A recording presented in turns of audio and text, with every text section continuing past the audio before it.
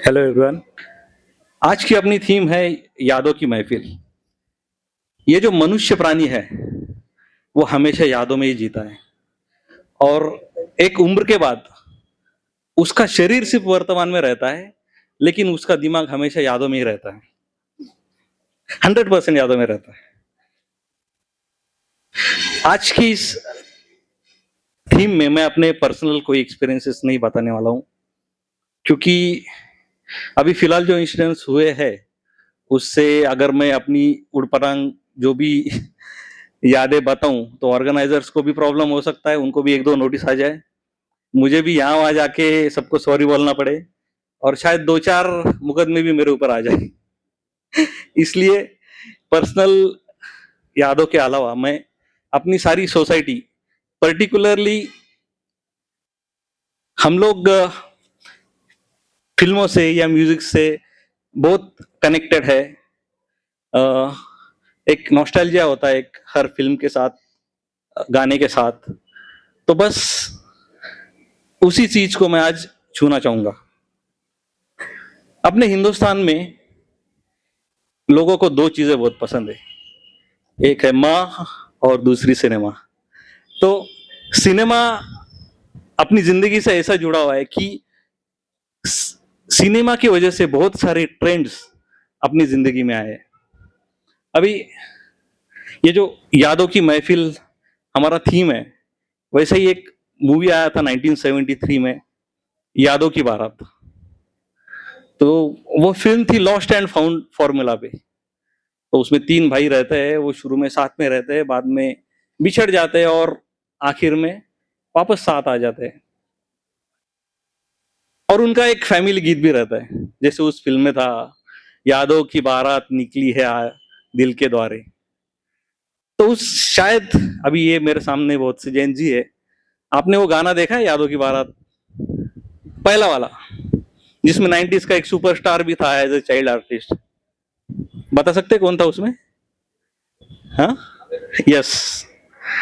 तो आमिर खान उस गाने में था। तो आमिर खान ने एक जेस्चर किया था उस गाने में, क्या था वो? हाँ? तो वो गाना गाते गाते आमिर खान ने ऐसा किया था। तो ये हम लोग कब बता दे ये ऐसा, ये वाला साइन कि एक नंबर को जाना है। तो मुझे ऐसा लगता है कि 1973 के बाद, उस पिक्चर के बाद, ये जो साइन है वो पूरा ट्रेंडिंग हो गया। क्योंकि हम जब स्कूल में थे तो पूरे स्कूल के सामने बताने में शर्म आती थी। मैं तो मराठी मीडियम में था, हम मैडम या टीचर ऐसा कुछ बोलते नहीं थे, भाई भाई इशू ऐसा साइन करके तो काम चल जाता था। तो उस फिल्म के बाद वो एक ट्रेंड हुआ।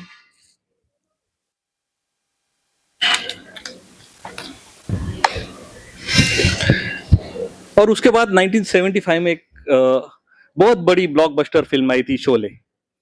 शोले के तो बहुत सारे ट्रेंड्स थे, लेकिन उसमें से दो ट्रेंड मैं अभी यहाँ पे आपको बताना चाहूंगा। आप बता सकते हैं कुछ शोले में? कंफ्यूजन रहा तो क्या करते थे वो लोग? Toss, yes. तो मुझे लगता है कि वो टॉस वाला जो सीन था, तो उसके बाद आखिर में पता चलता है कि उसको दोनों साइड में हेड था, लेकिन कंफ्यूजन है, आगे बढ़ना है तो टॉस करो। तो वो वाली एक बात थी। और उस फिल्म का सबसे प्यारा जो पार्ट था वो था गब्बर सिंह। उसके डायलॉग सबको याद है, कितने आदमी थे वगैरह वगैरह। तो उसका उस फिल्म में एक मैनरिज्म था, और मुझे लगता है 1975 के बाद भारत के शहर नहीं, पूरे गांव में लोगों ने वो सब फॉलो किया। बता सकते हैं आप क्या था वो जो खैनी निकाल के ऐसा ऐसा करके वो डाल के जो बात करता था, वो लोगों को इतना पसंद आया कि मुझे नहीं लगता किसी भी गांव में जाओ, कोई भी आदमी आज बिना खैनी का है। चलो अभी तो बहुत बेकार हो गया, अभी गुटखा वगैरह खाने लगे, लेकिन खैनी तंबाकू तक एक्सेप्टेबल था। वैसे फिर उसके बाद अर्ली 80s में एक फिल्म आई थी एक दूजे के लिए, बहुत बड़ी म्यूजिकल हिट थी। उसमें कमल हसन और रत्या अग्निहोत्री, उनकी लव स्टोरी थी, आखिर में दोनों सुसाइड करते हैं। और वो देख के उस वक्त के जो प्रेमी थे उन पे इतना उसका इम्पैक्ट हुआ कि बहुत से, मैंने सुना है कि बहुत से प्रेमियों ने खुदकुशी की थी, जो that is very sad part. फिर 90s में एक शिवा नाम की मूवी आई थी नागार्जुना की, आप में से शायद किसी को मालूम होगा। तो उसमें एक ट्रेंड आया था कि वो कॉलेज की स्टोरी थी, लेकिन जब कॉलेज के ग्रुप में झगड़े होते थे तो साइकिल की चेन निकाल के एक दूसरे को मारते थे। तो हम जब स्कूल में थे तो बाय डिफॉल्ट सबके पास चेन रहती थी। उसका प्रॉब्लम ऐसा था, अगर किसी को मारने जाओ तो सामने वाले से ज्यादा वो अपने को लगता था। फिर एक दिल चाहता है का दौर आया, जिसमें फ्रेंड्स बोलते थे कि अगर दोस्ती पक्की है तो एक बार गोवा जाना ही पड़ेगा। बहुत से लोग जाते भी थे, मैं अभी तक नहीं जा पाया। यानी मेरा कोई पक्का दोस्त ही नहीं है।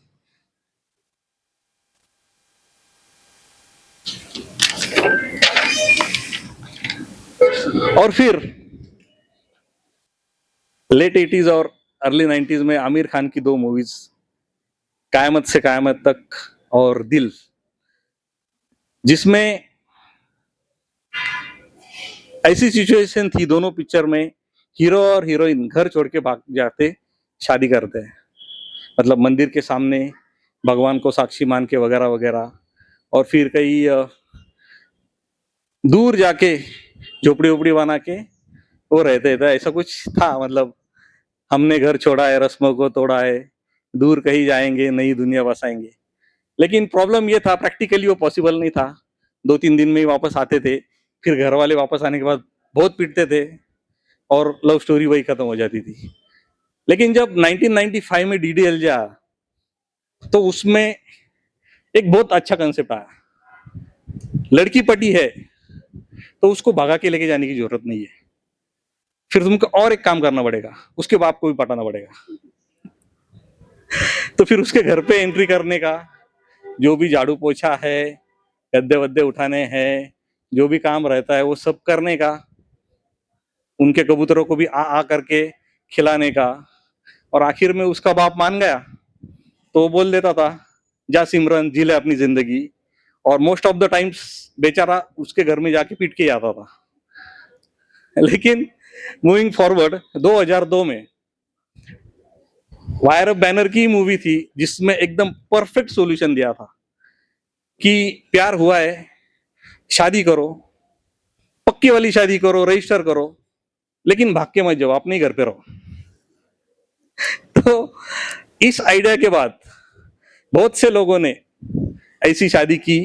बीइंग अ लॉयर, हमने भी बहुत लोगों को मदद की, जो भी उधर रजिस्टर ऑफिस में जो भी चीजें करनी है उसमें। लेकिन प्रॉब्लम यह हुआ कि इनको बहुत अच्छा लगने का, शादी हुई, एक दूसरे के घर में रहते, लेकिन कुछ दिनों बाद लड़की को कोई देखने को आ रहा है, उसकी शादी फिक्स हो रही है, ऐसा हो रहा है, वैसा हो रहा है। कुछ दिनों के बाद इनको एक दूसरे में इंटरेस्ट नहीं आ रहा है, लेकिन ये शादी थी पक्की वाली, इससे पीछे हटना है तो आपको कोर्ट में ही जाना पड़ता था। इसलिए बहुत सी केसेस में वो शादी तोड़ने के लिए बहुतों ने कोर्ट के चक्कर भी काटे। अब ये पुरानी बातें थी। अभी का जो ट्रेंड है मूवीज का, आपने जो धुरंधर 2 देखी है, उसमें बताया कि नोटबंदी से कितना फायदा हुआ। मतलब जो चीजें सरकार, मिनिस्टर, आरबीआई वाले नहीं बता पाए, वो पिक्चर में कितनी खूबसूरती से बताया, और हम सब उससे इंप्रेस हो गए। और क्या बोलते हैं उसको, पीक डिटेलिंग, इतना अच्छे से डिटेल करके उन्होंने बताया। तो लोग अभी धुरंधर 3 का भी इंतजार कर रहे हैं। आज ही नीट की एग्जाम थी, शायद नीट की एग्जाम क्यों कैंसिल हुई वो हमें धुरंधर 3 में देखने को मिल सकता है। Thank you.